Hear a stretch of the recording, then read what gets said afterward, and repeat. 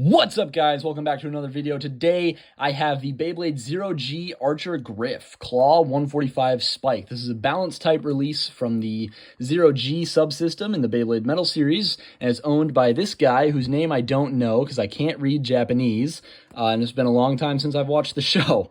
So you can let me know in the comments. Well, I'm not gonna do too much research into it. I really don't care about the show. On the side of the box here, you've got an explanation of the Claw 145 spin track, the metal stone face that this is supposed to come with, and just sort of an explanation of the Zero G Synchrome system. On the back here, just goes over all the parts, the metal face, chrome wheel, crystal wheel, track and bottom.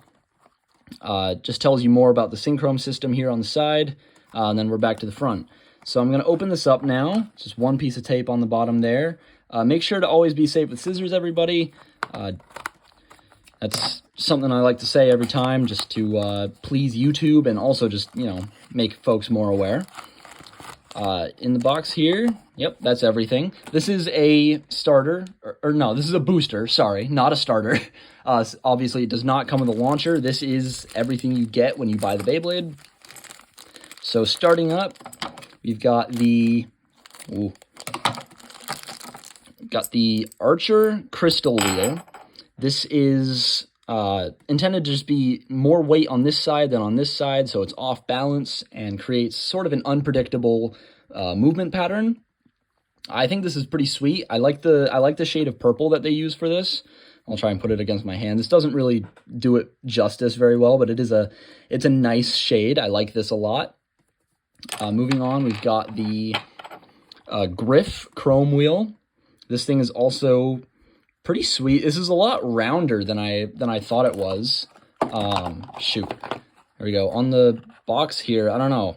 I guess it does look round on the box. I've always seen this as being less round than it is. That's weird. But up here, you've got sort of an eagle head or griffin. I don't remember off the top of my head. A griffin is like a mix between, an eagle and a lion, right? It's like some animal body and a bird head.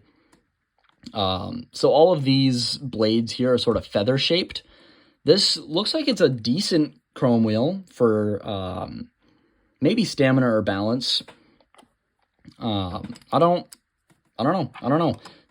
Here we've got the metal stone face that comes with it. This is actually really sweet. This is one of the main reasons I got the Beyblade itself, just because it comes with one of these, and I don't have one of these yet, so it's nice to have. Moving on, in this bag here, we've got the spin track and performance tip, which I just dropped on the ground there. So this is Claw 145. This is an interesting choice of a track, as well as the tip. I don't know why they chose these. These are, long outclassed. It's cool to have them in purple because this is, once again, a nice shade of purple, but Claw 145 isn't that good, and Spike was already outclassed when it released, and it's actually not going in there for some reason.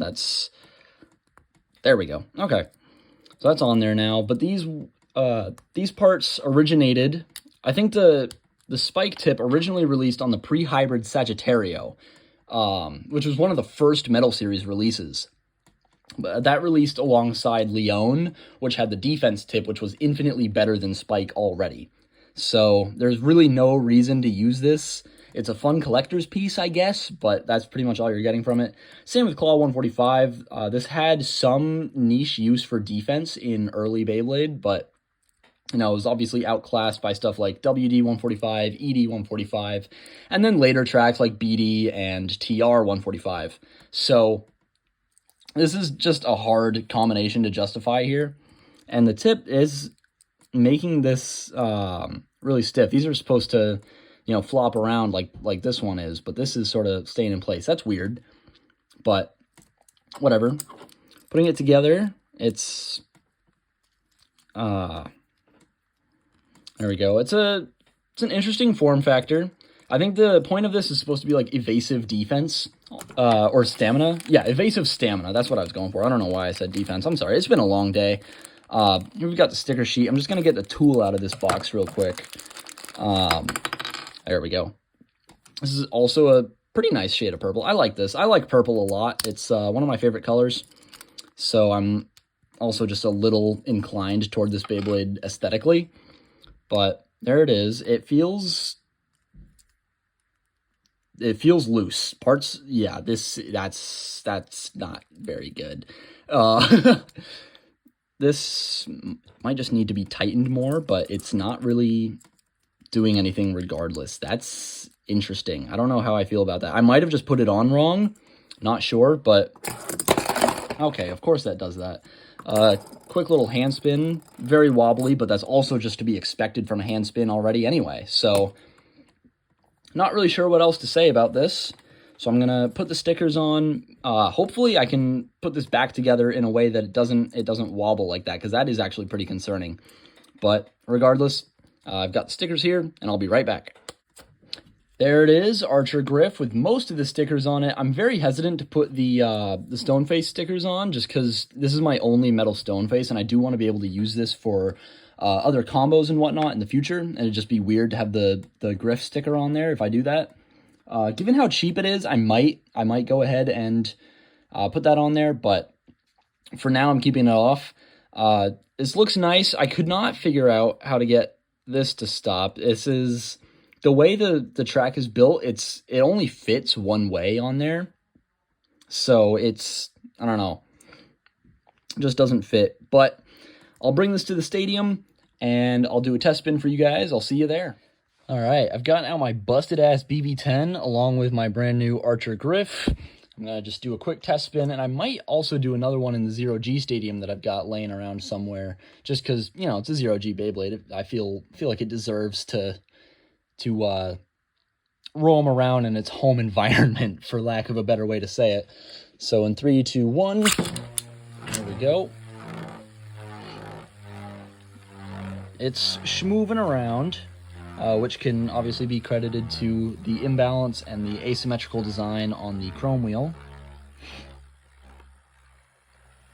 It's looking pretty sweet, though. I don't know. I like it.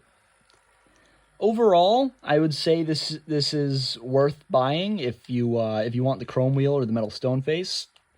The spin track and the crystal wheel, they don't align very well. From what I'm seeing so far. That might just be a fluke on my end.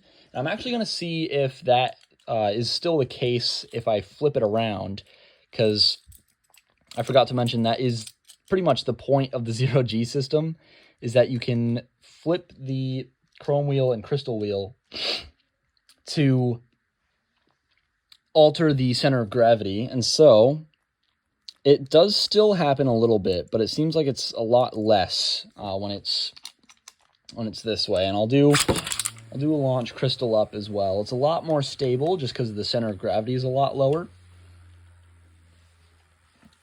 That's looking pretty sweet too.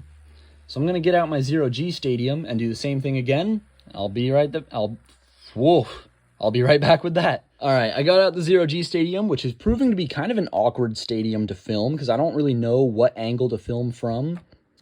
Just like the way it rotates and moves around is probably going to be difficult to keep it in frame. But here we go. In 3, 2, 1. There we go, crystal up. It is once again mostly calm and stable. So I'm going to grab that again and then I'll do it on camera this time so you guys actually have something to look at. That's my bad for not doing that last time. Shoot. All right. There we go. Yeah, so actually while I'm at it, so the spin track, it doesn't have any gaps here, so I can't really adjust the way it sits. And those two are supposed to align with these two little notches here. But it's a really loose fit for whatever reason, so that leads it to just sort of wiggle around in there. I don't know if that would be, like, god damn. There we go. I don't know if that would be detrimental to its performance. I would hope it isn't, otherwise this is, that's a little concerning. But in 3, 2, 1, a chrome up test spin.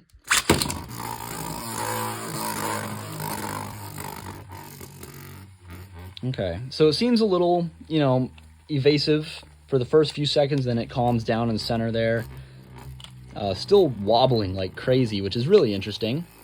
I don't know how much competitive value any of these parts have, other than obviously C145 and S sort of sucking.